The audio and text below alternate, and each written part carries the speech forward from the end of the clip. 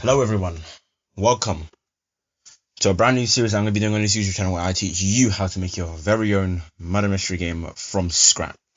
Now in this series I aim to target intermediate scripters and I'm going to teach you people how to make your very own murder mystery game as a whole. So I'm going to teach like all the concepts that you normally see in most murder mystery games, such as case unboxing, buying weapons, etc, etc. So in this first video I'm just going to set up like the basic systems for like the round, intermission, and all that other stuff. So let's just get into it. I'm going to try and make this quick but descriptive. Let's go. First things first is we need a plate for the player to spawn on. I'm going to make this naught wooden planks like so. Like this one. Yep, like that. Anchor it. I'm going to make some barriers so the player can't just walk off the lobby, because that would kind of cause some issues. Also wouldn't really be desirable. Like that.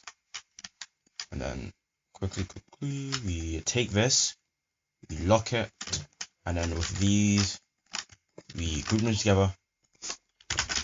Barrier, boom, boom. Delete it real quick, make a folder. I'm going to call this folder lobby. This is where we're going to keep our lobby, of course. I like to keep my things organized.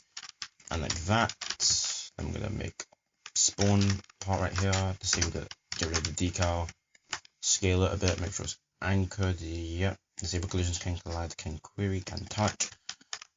Make it transparent, and that's our lobby.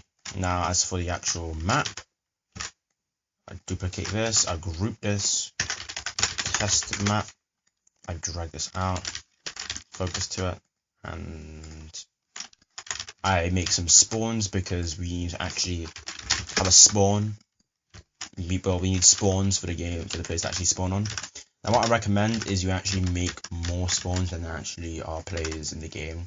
So if your max player count is 15, I recommend making it, 16. If your max player count is 16, I recommend making at least like 20 spawns, because sometimes you can have more players within a lobby. That's not gonna. I'm gonna have to just drag and drop this to the folder. I'm gonna rename the folder to spawns, so actually we can access it, and that is our basic setup for that. Now, drag this into here. We make a folder. We call it maps, and we drag our map into here, like so. Now that we've got a maps folder, we need other folders to help organize our project. So what I personally do is I like to have a remotes folder, which contains all my remote events and remote functions. I have a values folder, which contains my values. My maps folder up here, and also I have in the workspace a folder called game cache, which will contain the game junk, such as dropped weapons or other effects, etc. like that, dead bodies, ragdolls, other stuff. Also, just to note, this game is going to be R6 and R15 friendly, so that's a bonus. Now we need to actually make the script, and this is where we're going to be controlling everything, because I'm adopting single script architecture. So you're going to see some modules, but not a lot. I'm going to try and keep everything in like one script, kind of.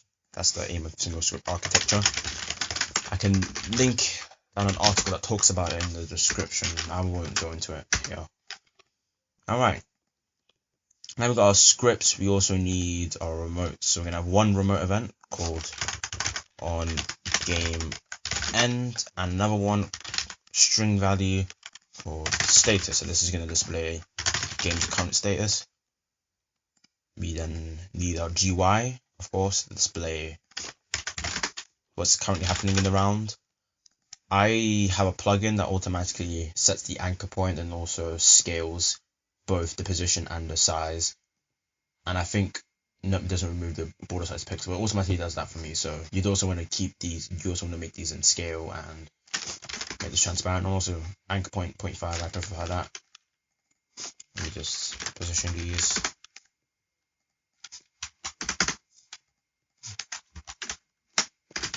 Like so. I also scale this on a scale to at least, I used to do 9, I used to do 1 as a scale, but now I'm going to try and use 9 because I think it looks better. 0.9.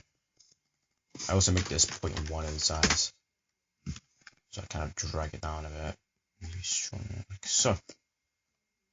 Change the text color to be white. Source and semi-bold. I also use a new instance for UI called UI stroke. That allows you a lot more flexibility with the stroke of your UI. You can do contextual, which will do around the actual text, or border, which will do around the background. Of course, we're opting in for contextual. I'll make it like that, like so. Drag it up a bit. I actually might not make it fully transparent.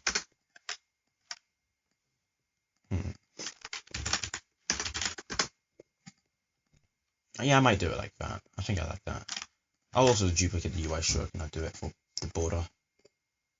Maybe like that. Yeah, nah, I prefer just, yeah, I'll just do that for now, I guess. I'll call this display. I also disable reset on spawn because, I mean, I had the client script within start player script, so that's not really needed, but I still do that because why not? Now in the client, actually, let's do the server first. Let's do the main game stuff. So right now what we need to do is we need to reference all of the stuff that we made apart from the client stuff. So basically just everything here. So let me do that real quick.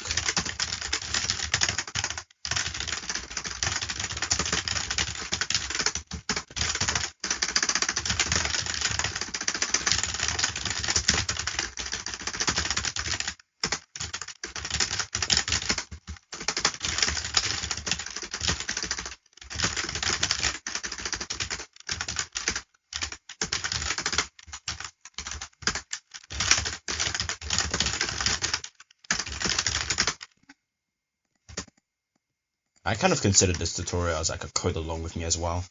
I might do that instead of calling it a tutorial. It's kind of like a code along with me where I make a murder mystery game.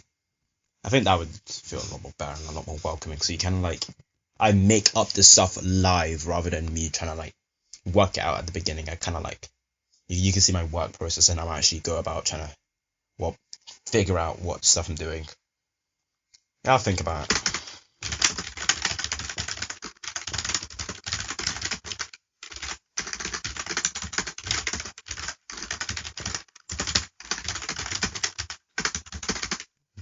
Maps.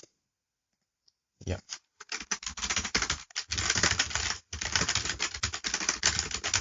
We also don't need to wait for child for server storage because it's loaded on the server, so it's this first thing that loaded. I mean, it's one of the first things that loaded. It's not like a client object where it's in replicate storage or workspace where we need to call wait for child because we're not certain if those things exist at that time.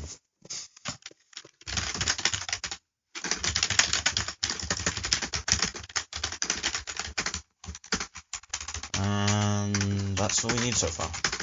Also, we're going to define some constants / configs for the actual game, such as intermission length, game time, and required players.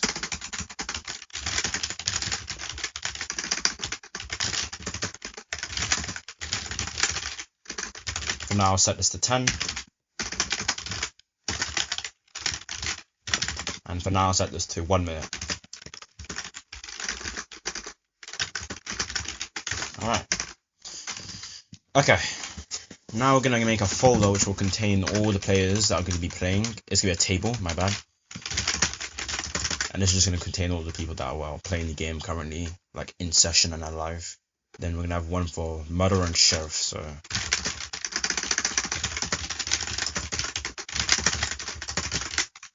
like so. Alright. Now we need to actually make the main game loop, which will be a while true do loop, which will loop indefinitely. Now we need to check if we actually have enough players before we actually start, else, the game wouldn't really function properly.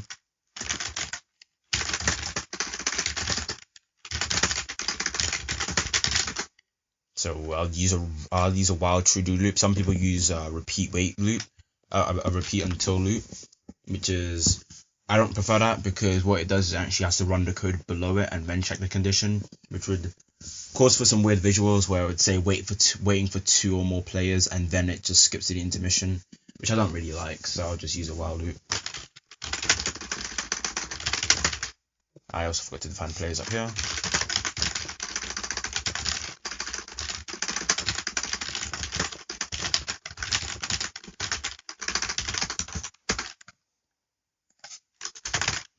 check if the number of players, we use the hash symbol, which gives us the length of a value. So if you have a table, we can use, the length of a table or a string, or actually, yeah, the length of a table or a string or any kind of object. So we could do hash playing. If we were to do local x equals hash playing, it gives us the length of the table, but it won't work for dictionaries, and for that you need to just loop through all the values and increment a variable by 1 and then return that value. So we're going to get the length of the amount of players within the game. We're going to check if that's less than the required players, and if it is, then we're going to, well, first of all we're going to wait, and then we're going to set the game status to waiting for 2 or more players. I'm going to use string format because it's a lot more cleaner. I'll explain what it does after I write this.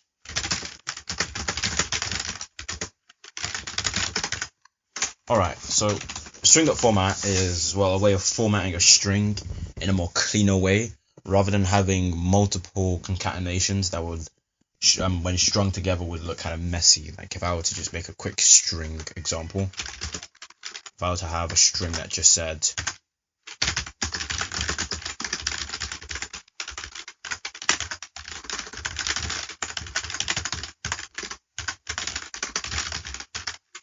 and then we concatenated it with like another string, and then we'd have to do x and then y, and then it looks messy, and it's also just hard to type and understand. Kind of string format just makes it a lot more simpler, where you just provide a specified format string kind of modifier, specified modifier, I think that's what it's called, where it's like a symbol, and what it does is it replaces that with the variable that you provided, and it does it in order, so it's left to right. So if I were to have this here and then something else here, and if I listed x here, it would first of all get required players, and you would substitute that value into here, then it'll grab x and substitute it into this one. So it just makes things a lot more cleaner. It's just concatenating it in a more cleaner way. There's more stuff that you can do, such as quotes, which is Q, or decimals, which is I think D, and then there's like, you can have different fruit precision, so you can have 1 decimal place kind of fruit precision, which is 0.1f, and 2 decimal places, and 3 decimal places, etc. I think that's how it is, like that. Yeah, that's not valid there. Don't miss a fire. Yeah, I think you just change this value. I'm not sure how it works, but hey, I'll leave a link to the dev hub about string.format if you want to look into it, or you can just search up yourself. Anyways, now here what we're going to do is we need to get a random map.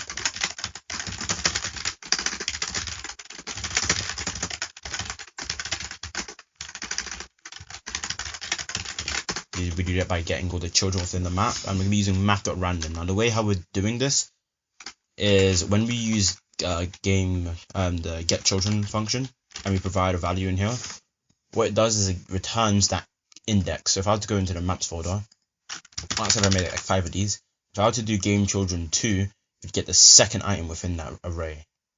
So there would be test map 2, and then if I were to put 1, it would get the first occurrence, and 5, it would get the 5th one, yep, the 5th one, etc, etc. Now this would depend, it would always work, but some languages, the index starts at 0, so you provide 0 and you get the first one, but this is Lua, so it's nice. So what we want to do is we want to get a random one of these, so we use math.random to generate a random sequence. The lowest value that we want would be, well, 1, which would get from the first value, and then the biggest value that we want would be the length of the actual table, so it would be the last value. So I have to do hash maps get children. That gets a random map, and we need to clone it, because if we were to just take it out and then parent it and do stuff, that would break the game severely. So we then clone it, and then what we want to do is we want to parent it to our game cache folder. That just brings it into the workspace, and we'll then announce to the players that we have that we've selected a map.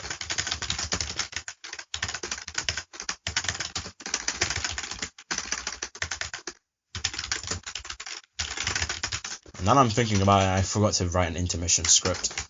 So intermission system.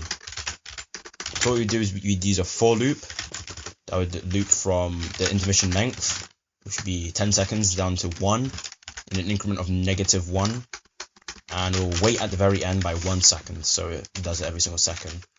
And in this case, we'll use state.value to be equal to intermission,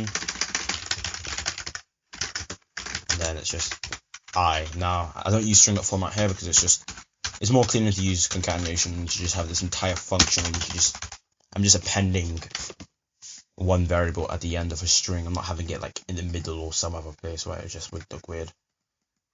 Now we go in intermission. I'm going to actually wait for a bit. I'm going to wait like 5 seconds just to allow the players to understand what's going on. I'm going to say getting map. I'll wait 5 seconds. I'll get the map. Then I'll allow it that we have a map, and then I'll then wait another 5 seconds, and I'll announce that we are going to be. We're going to ask the players to get ready, and then we'll wait like 2 seconds, and then we'll get the players ready and bring them into the map. Now, in order to do this, we're going to loop through all of the players that are currently in the game.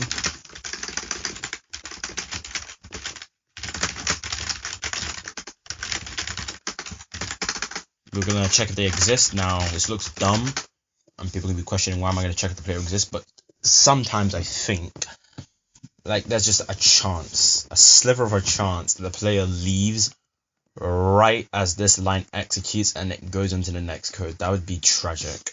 So I always want to just be safe, no matter what. I'm going to then get the player's character. We're going to get the root part.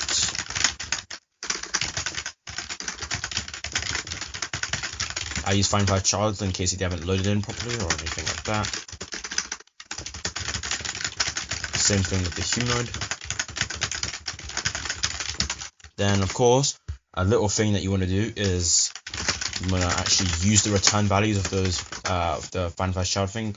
A lot of people use find_child, but they don't really do anything with the return values. They just kind of use find_child for the sake of find_child, and then they go on to do their code, which is just it's a code smell that I see a lot and I don't like it. So don't do that.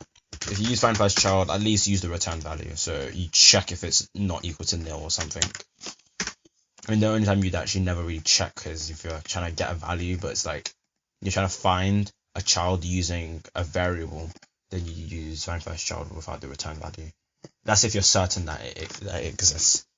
Anyways, yeah, we want to check if those exist, and we also want to check if the players are alive, because we don't want to teleport a dead person into the game, because that would also break the game a bit. With that, we're gonna then parent. We're gonna get a random map, a random spawn. It will be equal to map.spawns get children, and then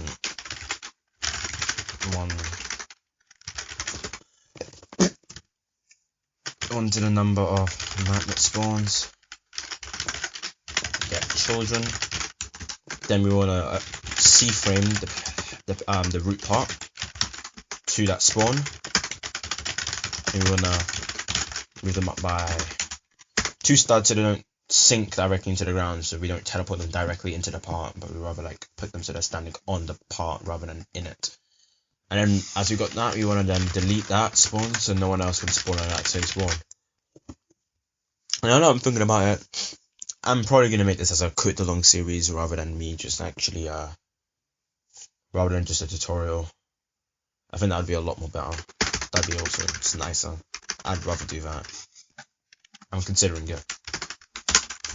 Anyways, now that we've got a random spawn and we teleported them to that spawn, we then want to delete it. Now, the reason why we use root.cframe is because the humanoid root part is all the other body parts, such as the torso and legs and head, is all welded to the root part. So the root part holds those all together. So if you were to C-frame the root part, everything else would follow.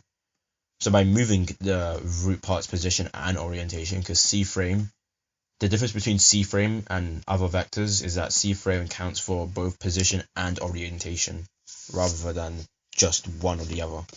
So if I were to just use root.position, first of all, it wouldn't work because it would not actually bring all those other parts, because you can't, if you were to use position on a part that's welded, it would just only move that one part, not the entire model with it. So we want to use C-frame. And then we get random spawn, not C-frame, we also add it by one. And the reason why we want to use C-frame is so that they're facing in the right direction, in the way where we actually place the spawns down for other reasons and stuff like that. Anyways, now that we got that done, we then need to set up some other stuff. So I'm going to make a new table called connections, and this is just going to hold all my object script connections, which are just signals. I'm also going to we also want to insert them into the playing folder, because now they're a contestant and they're actually able to play.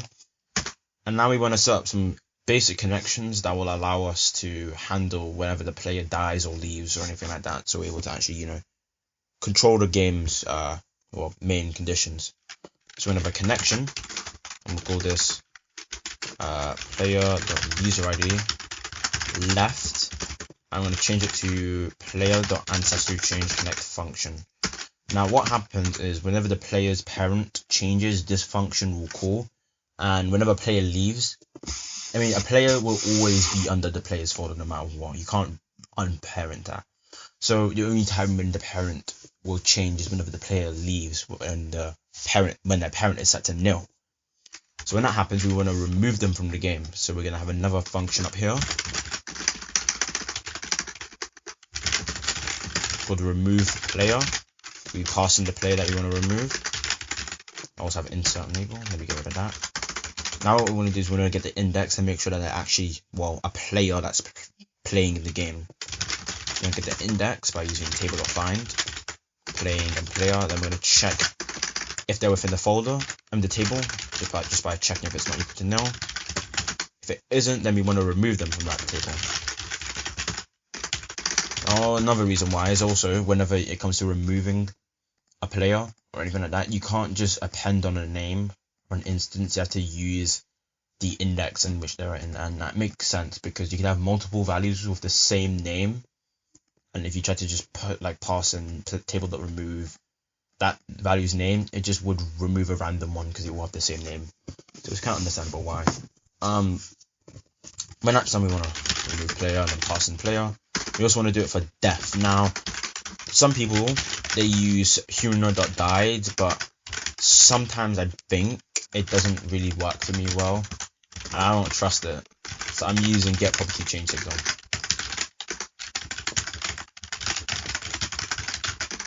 I'm pretty sure it works well, but I'm just doing this. So we pass in the value that we want to do, which is health, and then we're going to connect that to an anonymous function. Jeez, let me just close this.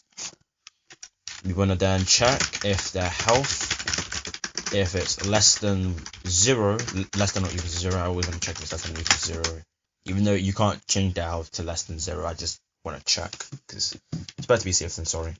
If that is the case, then that means they're dead, so we pass in that. And also, another thing to note is up here when we actually remove them, we want to get rid of this connection, because if we don't, then if they die but they die again, it will still keep invoking this, and I just want to clean up the function, the connections as well. So we just pass in these that we made, and we just call disconnect, which will disconnect those signals like so.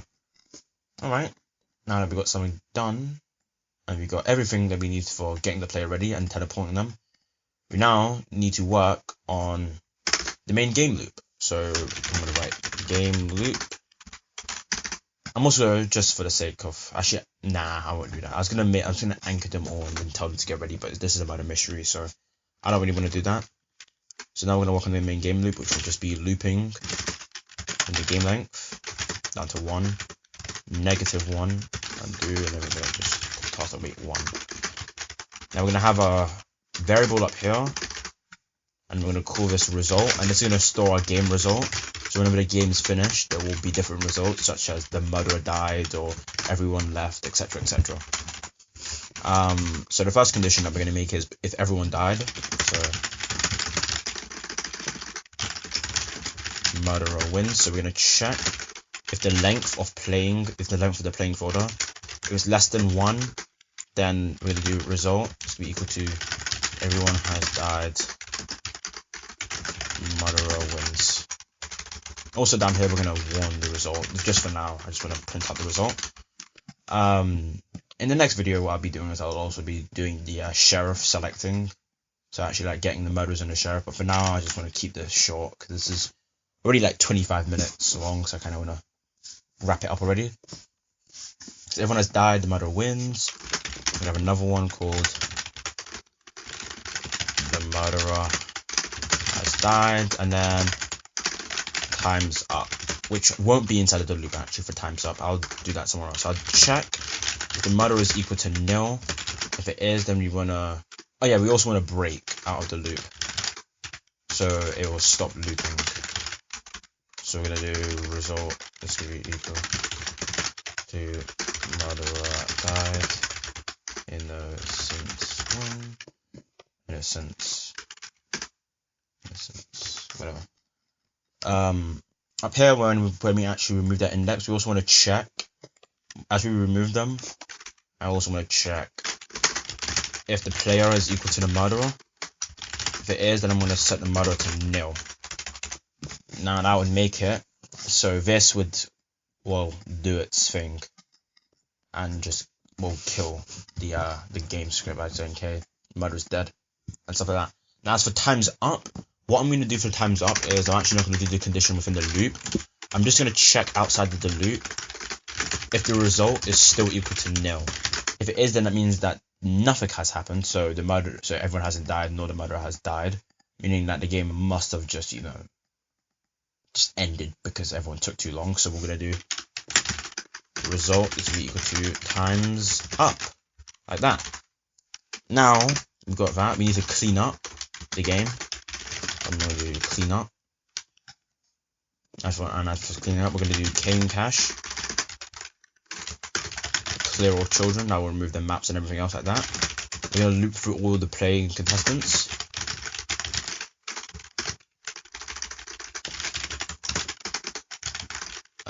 I want to check not nil. Then we're going to do load character, which will just reset them.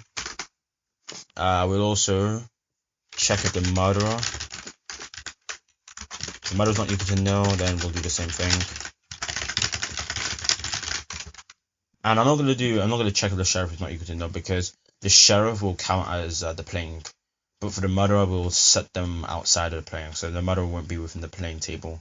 They will be out. They'll have their own variable, just called murderer, and the sheriff will have their own variable, but they'll also be within the playing folder. And I guess that's really it. Clean up the cache, reload our characters, warn about the result, and then we wait like, I guess, 2 seconds. Actually, let's do 5 seconds just for everyone to just kind of process what happened, and that's it, I guess. That's the basic round system. Oh wait, hold up, I forgot. We need to code the client, and let's just quickly do that. We get players. Yeah, I'll just take the stuff that's from up here. Just like everything here apart from server storage, because we can't access server storage. We'll get remotes values.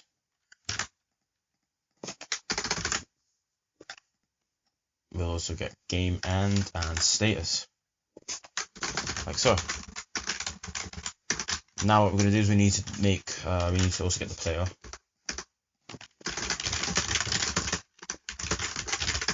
Let's get the player GUI.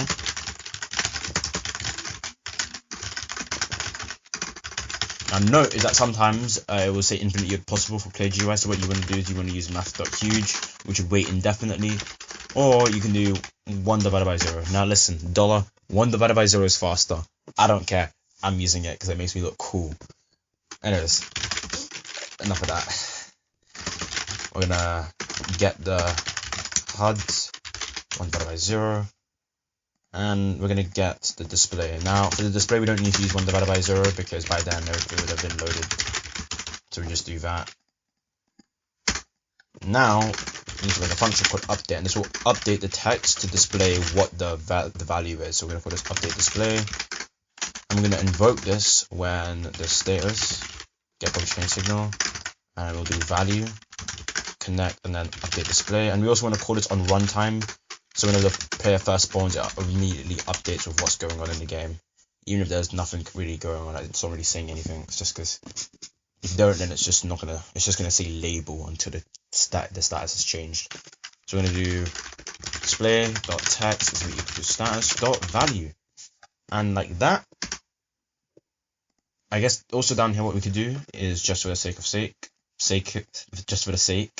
it, since we have the remote, we're gonna do on game end, fire all clients, and then we're gonna pass in the result, and that will allow us to handle the result later, which we're not gonna do now. We're gonna do in like another video. And like that, we have that's it, I guess. We coded our basic game system. Now, I'm not going to test it, because it takes me like 9 years to load in, but I'm 100% sure this is going to work. That's not what you want to hear from a person that's got it, but it looks like it works. So, that's the end of this video. So, that was the first ever video I've made as a tutorial on this channel, so I hope you guys enjoyed. I guess I'll see you in the next one. How to actually apply the things that they tell you into fuck. Welcome to a brand new series that I'm. Oh god. Yo, which one I don't know the title like.